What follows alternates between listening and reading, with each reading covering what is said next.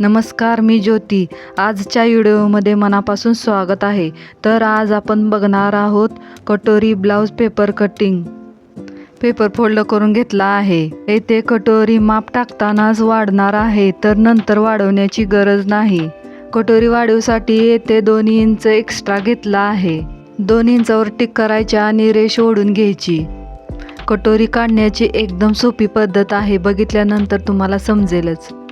Chest size आहे 9 मध्ये 1 add केलं. तुम्हाला मार्जिन जास्त हवे असेल तर 1.5 वाढवू शकता. चेस्ट साईज टिक केल्यानंतर रेष ओढून घ्यायची. परत एकदा सांगते, कटोरी वाढीसाठी 2 इंच वाढवायचा आणि चेस्ट साईज टाकायची. यानंतर आता उंची मोजणार आहोत. मागील उंची येथे वाढवणार आहे, त्यामुळे इथे मी 13 इंच घेतलं आहे मागील उंची.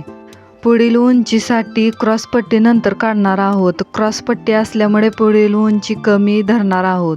म्हणजे मागील उंची 13 झाली आहे, तर त्यामध्ये 1 मायनस केल्यानंतर 12. पुढील उंची 12 आणि मागील उंची 14. पेपर फोल्ड करून घेतला आहे, त्यामुळे बॅक पार्ट आणि फ्रंट पार्ट येथे निघणार आहे. कटोरी ब्लाऊज पेपर कटिंगची एकदम सोपी पद्धत आहे. तुम्हाला प्रत्यक्षात पेपर कटिंग केल्यावर समजेलच. चेस्ट साईज टाकून झाल्यानंतर येथे पुढील उंची टाकायची आहे. पुढील उंची आहे 12 आणि मागील उंची आहे 14. 12 आणि 14 वर टिक करून घ्यायची. येथे पुढील उंची आणि मागील उंची निघणार आहे. कटोरी येथेच वाढवून निघणार आहे, तर नंतर वाढवायची गरज नाही. अशा उभ्या 2 रेषा ओढून घ्यायच्या. या मापावरून ब्लाऊज शिवाल तर कधीही ब्लाऊज बिघडणार नाही. गळा रुंदी 2.5, शोल्डर 3, मुंडा 5.5 घ्यायचा. मुंड्यासाठी 5.5 घेतल्यानंतर टिक करून झाल्यानंतर बॉक्स तयार करून घ्यायचा. व्हिडिओ स्किप न करता बघितलं तरच तुम्हाला समजेल की कुठली मापे कुठे टाकायची आहेत, म्हणून पूर्ण व्हिडिओ पहा.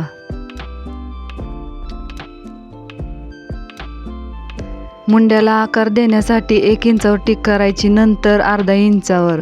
टिक करून झाल्यानंतर येथे गोलाकार आकार द्यायचा.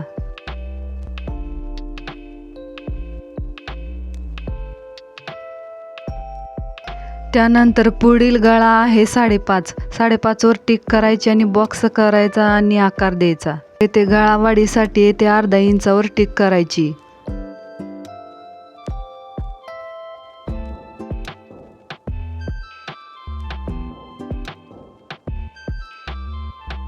पुढील उंची 12 घेतली आहे, तिथून 1.5 इंचावर टिक करून घ्यायची. अर्धा इंचावर गळा वाढवला आहे, तिथून ते इकडे 1.5 इंचावर रेष ओढून घ्यायची. प्रत्येक साईजवरून कटोरी वेगवेगळी निघणार आहे. कोणत्या साईजला कटोरी किती घ्यायची हे सर्व मी येथे चार्ट तयार केला आहे. या चार्टचा स्क्रीनशॉट काढून घ्या, म्हणजे तुम्हाला कोणत्याही साईजची कटोरी तुम्ही या चार्टवरून काढू शकता. तर चेस्ट साईज आहे 9 चोक 36, तर साईज आहे 36. चेस्ट साईज 9 साठी कटोरी येथे 6 घ्यायची आहे, तर 9.5 साठी 6.3 घ्यायची आहे आणि 10 साठी 6.6 घ्यायची आहे. 9 मध्ये 1 ॲड केले. 10 ची कटोरी घ्यायची नाही, तर कटोरी ही 9 ची घ्यायची आहे. तर 9 ची कटोरी 6 येते. येथे 6 इंच माप टाकायचं आहे. प्रत्येक साईजसाठी वेगवेगळे कटोरीचे माप आहे. तर 36 साईजला येथे 6 इंच घ्यायचं आहे. 6 इंचावर टिक करून घ्यायची. त्यानंतर 6 इंचावर टिक केल्यानंतर इथे 1.5 इंचावर टिक केला आहे, तिथून तिरक घ्यायचं आणि मोजायचं आणि त्याचा निम्मा भाग करायचा. निम्मा भाग केल्यानंतर खाली 1.5 इंचावर टिक करायची.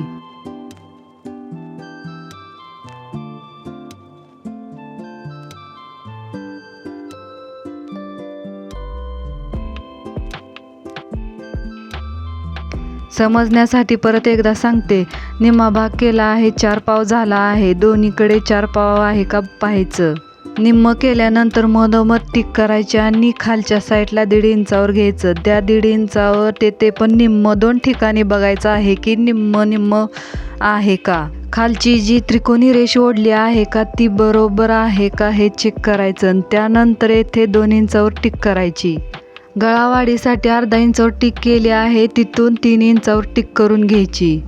त्यानंतर तिकडे 2 इंचावर टिक केले आहे, तिथून रेष जोडून घ्यायची. त्यानंतर मुंड्यापाशी जेथे आपण आकार दिला आहे तिथून 2.5 इंचावर टिक करायची आणि गोलाकार असा कटोरीचा आकार द्यायचा. येथे फ्रंट पार्टची पूर्ण मापे टाकून झाली आहे. आता आपण कटिंग करणार आहोत.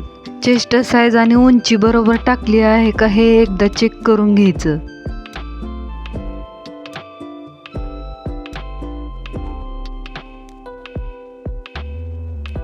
समजलं नसेल तर परत एकदा सांगते. येथे 2 इंचावर टिक करून घ्यायची कटोरी वाढीसाठी. त्यानंतर चेस्ट साईज टाकून घ्यायची. गळा रुंदी 2.5 आणि शोल्डर 3. पुढील उंची आहे 12. तिथे आपण उभी रेष ओढली आहे, तिथून कटोरी काढलेली आहे.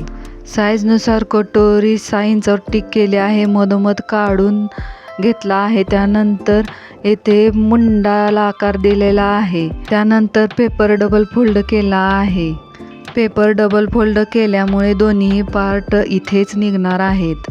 त्यानंतर मागील पार्टचा मुंडा कट करून घेतला आहे. त्यानंतर पुढील पार्टचा मुंडा कट करून घ्यायचा. मुंड्याचा आकार कट करत असताना येथे लक्षात ठेवून कट करायचा आहे. मागील पार्टसाठी वेगळा मुंडा कट करायचा आणि पुढील पार्टसाठी वेगळा.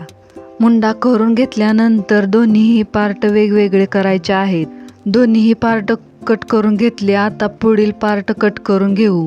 येथे 2 पार्ट निघणार आहेत. कटोरी आणि कटोरीच्या साईडचा भाग कट करून घ्यायचा. तर क्रॉस पट्टी ही आपण नंतर वेगळी काढणार आहोत.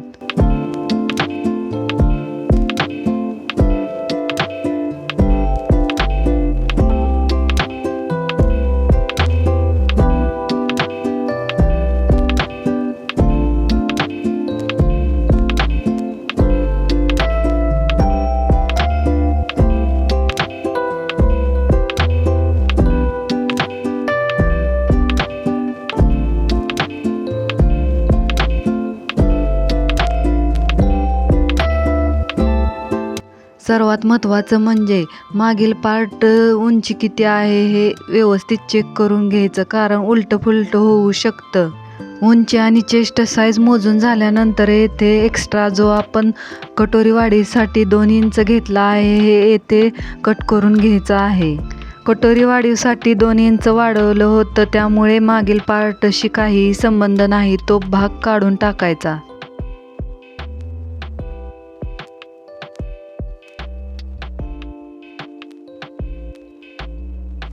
पुढील पार्टसाठी जसे गळा रुंदी 2.5 आणि शोल्डर 3 जसा घेतला आहे तसा सेम त्याच पद्धतीने मागे सुद्धा घ्यायचा आहे. मागील गळा घेतला आहे 7. तुमच्या आवडीनुसार तुम्ही कितीही घेऊ शकता.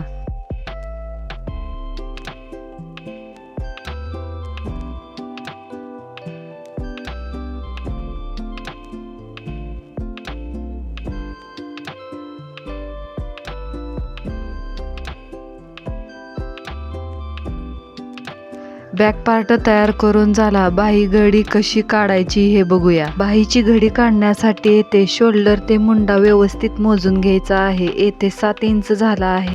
मोजून 7 इंच झाल्यानंतर त्यामध्ये 1 प्लस करायचा आहे, 8 होतं.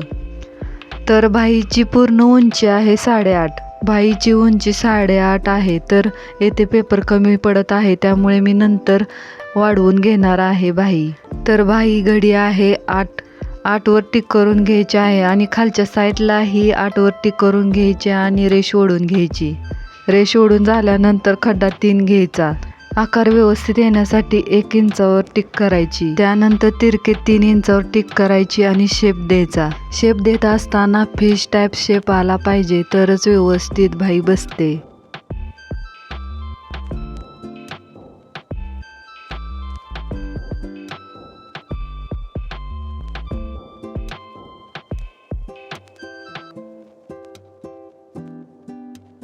बाहीचं पूर्ण माप टाकून झाला आहे. येथे बाही कटिंग करून घ्यायची.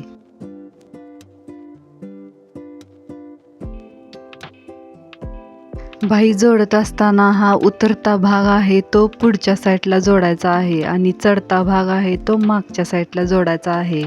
सर्व पार्ट काढून झाले आहे. ते क्रॉस पट्टी काढूया.